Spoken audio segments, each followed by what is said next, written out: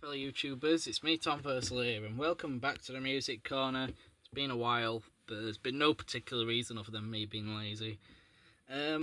Today we're going to be reviewing an album, not chronologically. I know I usually review discographies and that's still what I'm going to be doing, but I have to do this now because this album just dropped the other day.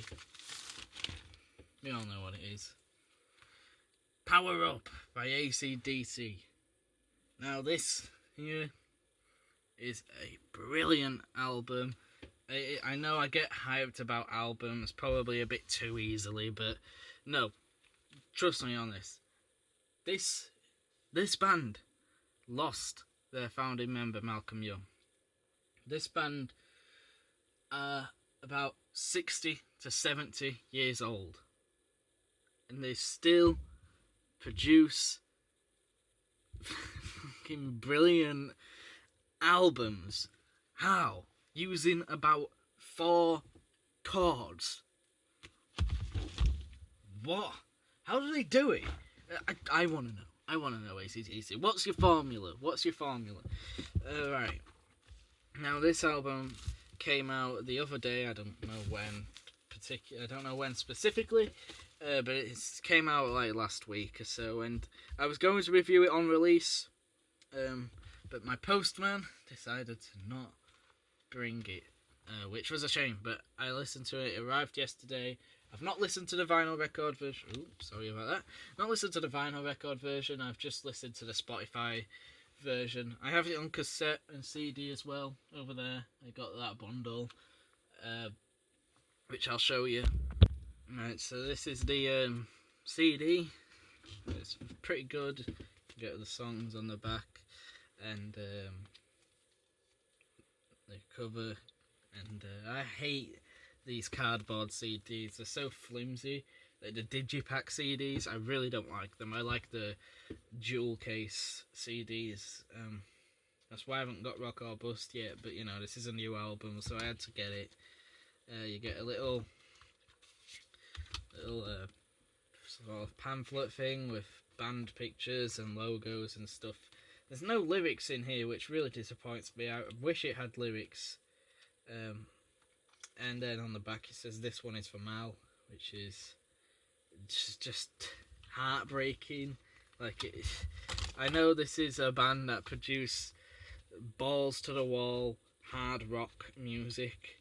They don't really care about your feelings. They'll write sexist lyrics if they want, but that is heartbreaking. Malcolm Young was a genius, and he inspired me to play guitar. He will be missed. It was a while ago he died. I think he died before Rock or Bust actually, but or at least after its release. But he didn't tour with the band, so he hasn't been in a band for ages. But it's still really upsetting. So rest in peace, Malcolm Young. And this one's for you, this album. And I know we're 3 bits into the video. I haven't really got into the album yet, but I can promise you, they do the boy proud. They do Malcolm Young proud for this. And this is the cassette. This came in 4 different colours. I got the red one because I think it fit the album more. I don't know why they're releasing it on cassette. It's really unnecessary. But whatever. So here we go, Gatefold. I'm showing off the album because it's a new album, and there's that. You don't get that booklet with this though, so that's a shame. Yeah, and the vinyl record. This one's for Mal. Again, there's probably all the pictures that'd be in the booklet. So personnel on this album: Angus Young on lead guitar, Brian Johnson on lead vocals, Cliff Williams on bass guitar, Phil Rudd on drums, and Steve Young on rhythm guitar. And and all songs written by Angus and Malcolm Young. So Malcolm Young is still there in spirit. He wrote the riffs. Just Angus constructed the songs. Alright, so Power Up, the newest album by AC/DC. Almost 5 minutes into the video, and we haven't got into the songs yet. So, let's get into the cover. Alright, what do I think of the cover art? It's good.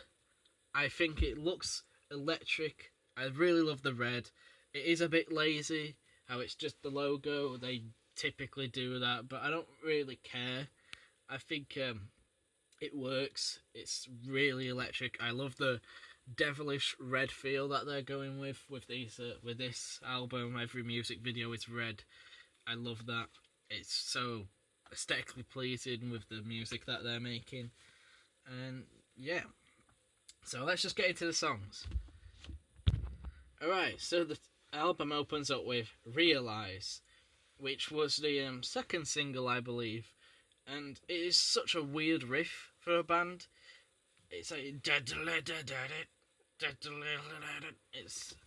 it's a weird riff. I can't lie, it is a weird riff, especially with a drum beat and the vocals, because the vocals on this song are mixed a little too low in my opinion, but it is still a good song. I think the lyrics, I don't know them. I haven't had time to read through the lyrics on here because they haven't provided any, so I don't know the lyrics. But from what they sound pretty good. It's a good song. The weird riff, but it is still a good song. Brilliant opening track. It punches you in the balls like every AC/DC song. And what more would you want from an AC/DC album?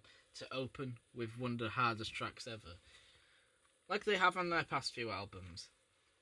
Then it goes into Rejection, which I can't really remember the riff that much, but I can't lie, the chorus to this song is fucking brilliant. Oh god, it's so catchy and so powerful and so punchy. I can't explain it, because they've been going since the 70s. They produce some of the most simple, easy music ever, and they are still doing it perfectly every time. Now, the chorus to this song, it's amazing. Honestly, this is, in my opinion, their best album since Blow Up Your Video. And that song itself, put it on. It's good. Then we get into Shot in the Dark, which was the first single off the album. Just a minute, I'm just going to take this out because it seems to be getting in the way a little bit. And I just got a message, but we'll leave that for now. Shot in the Dark, when it came out, I was hyped because it's a new AC/DC song, but a bit annoyed. I feel like everyone sort of overreacted in a way. But I understand why. It was a new AC/DC song. This is their newest album. It's been 8 years since they've done an album, I think. No, it's not been 8. It's been 6 years. They take so long to do albums. So I get the hype. But to me, it was a pretty generic AC/DC song. It sounded like a rip-off of Stiff Upper Lip. That's not to say it's bad. It's not the weakest on the album, in my opinion, but it is still a weaker track, but it's still a good track. Yeah. Track 4, Through the Mist of Time. This one, I can't understand the lyrics. They put a bit of reverb on the vocals and a bit of effects on the vocals for this album, like they kind of did with Rock or Bust. It's the same production team. But this song, from what I could tell with the lyrics, is about Malcolm, or at least missing Malcolm. And it is pretty depressing, the lyrics. I'm not criticising them, I love them. If it is about that, then yeah. It's a bit more of a pop song. I'm shocked they didn't release it as a single. Like, it would have done well, I bet. It sounds more poppy. It's similar to Anything Goes in that regard. And I think the riff reminds me a bit of the solo from Big Jack. So, that's good. But yeah, it's a brilliant song. What more can I say about it? It's a brilliant song. It's more poppy.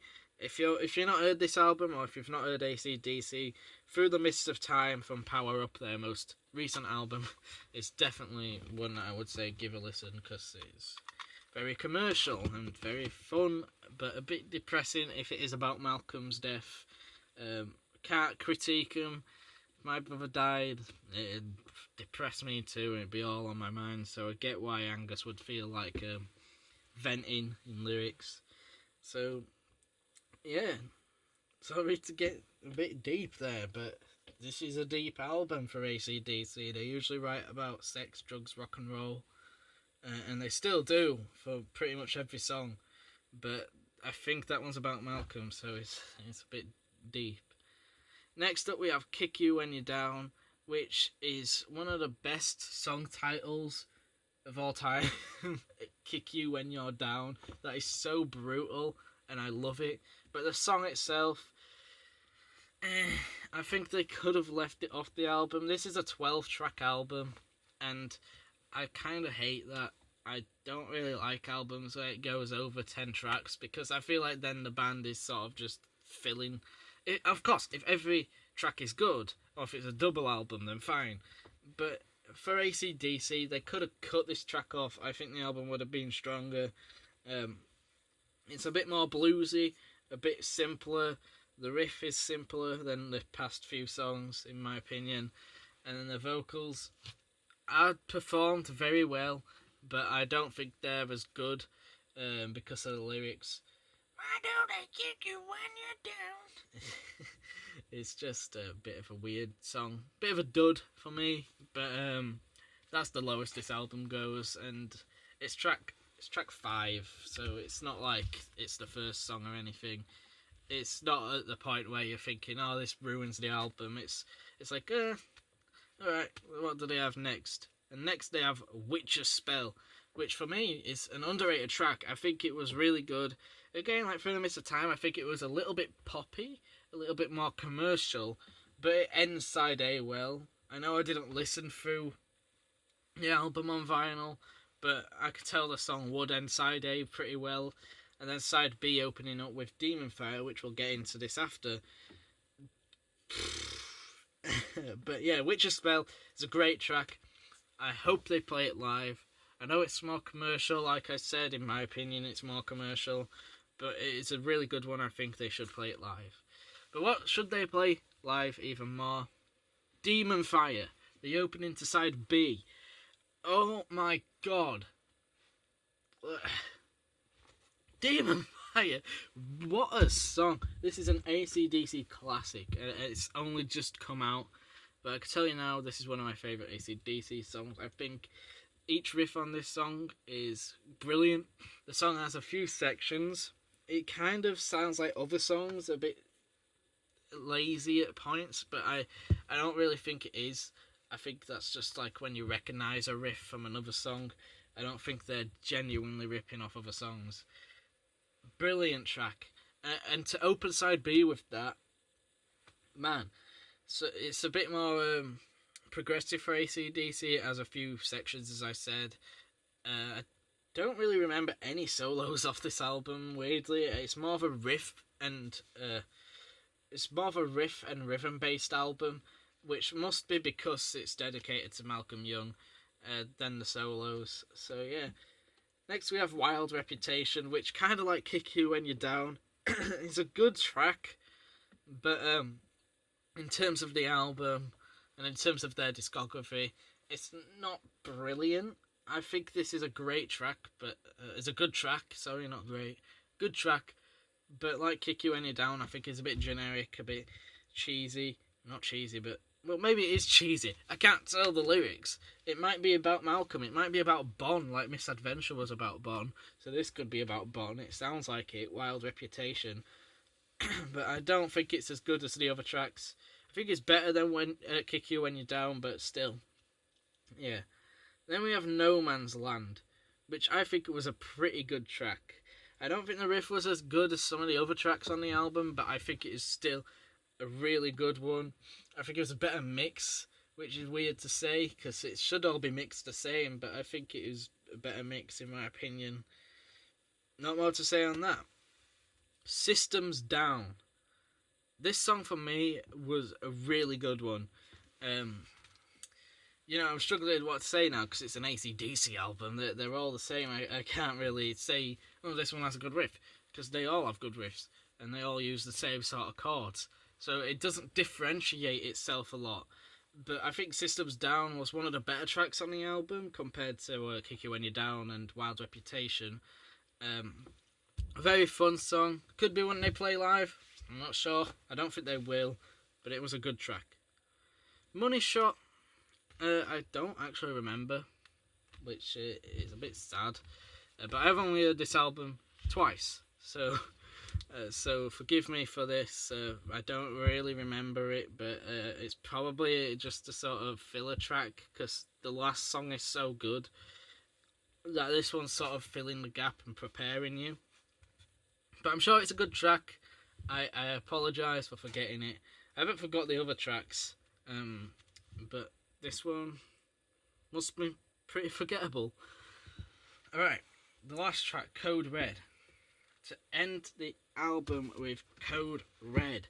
Oh my god. This one is like Demon Fire, where it's just so good. I think the riff is amazing. I think, well, that's about it really. But if the riff is amazing, then the entire song can be amazing. The vocals, I don't know how Brian Johnson is about 72 and performing better than he has in the past 30 years. How?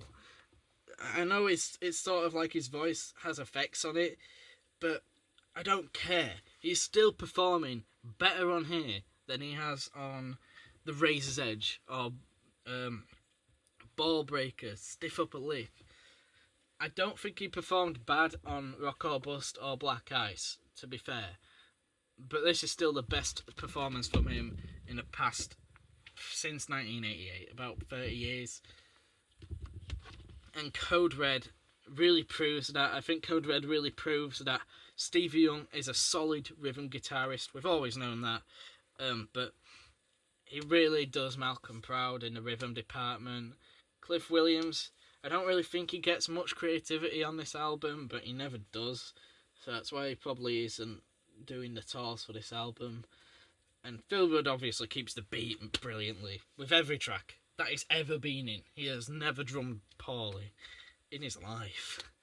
But Angus, to construct these songs, you could tell Malcolm isn't there in a way, because he's not constructing them like the old AC/DC albums.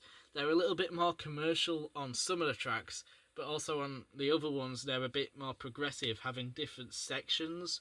And Code Red and Demon Fire are the two that show that second way the best, in my opinion. Really fast song to the end of the this album. This, even though I forgot one of the songs and didn't have much to say on a few of the other ones, this is a brilliant album. 7 out of 10 I think I gave it. It's not my favourite AC/DC album, of course. It might be a bit too soon to judge that, but I've done an AC/DC album ranking video before. Now, where would I put this? This would go above Rock or Bust or Black Ice. This is the best album since Blow Up Video. Anyway, I don't know where I ranked it. I don't have that list memorised off the top of my head. But this would go above Blow Up Video. I'd have to go back and watch that video and put my actual thought in the comments. So if you're that interested, then go look at that. Anyway, this album, I totally recommend it. It does Malcolm proud. You know, Back in Black was a tribute to Bon Scott. It used the sleazy lyrics, the bluesy riffs, and, you know, that's about it. The dirty lyrics, the bluesy, sleazy riffs. It used those. This one focuses a lot on rhythm and song structure, and I think for that, Stevie Young has done Malcolm proud on rhythm guitar, and the rest of the band have done Malcolm proud just in every way. You know, if Malcolm was able to look down on these, it mightn't be. I don't know if there's a heaven or not. I don't want to get into that whole debacle, but if there is, he's proud, very proud, because this is a solid album. Now, if you enjoyed Black Ice or Rock or Bust, or both of them, I'd definitely give this one a listen, even if you don't buy it. I mean, I really recommend getting the CD, but these are going out of date now, so if you're not into collecting, just listen to the Spotify. Anyway, there you go, Power Up. Best album of 2020. I mean, we're in November and we haven't really had any albums this year. so this easily steals the cake. But if this album was released next year, and we have loads of albums next year, we probably won't. But if we do, and this was released next year, I bet it'd be the best album of next year. Now, I want to just discuss this. Do I think this is the last AC/DC album? No. I don't think it is. But I want it to be. I can't lie. I do want this to be the last AC/DC album because I think the band should end on a high note. This is the highest note they've had since 1988, other than the loss of Malcolm. But album-wise, this is the best since 1988. So I do wish that they would end it here and call it a day. They are getting to that 70-year-old age. They're in their 7th decade of being alive, a few of them. Well, I think they're all in the 60s, but Brian Johnson's 72, I think. So they should call it a day after this. But I think they will do another album. And if they do, it better be as good as this, because they really do need to end on a high note, not a generic note. And ending it now would be a high note. They've done Malcolm proud.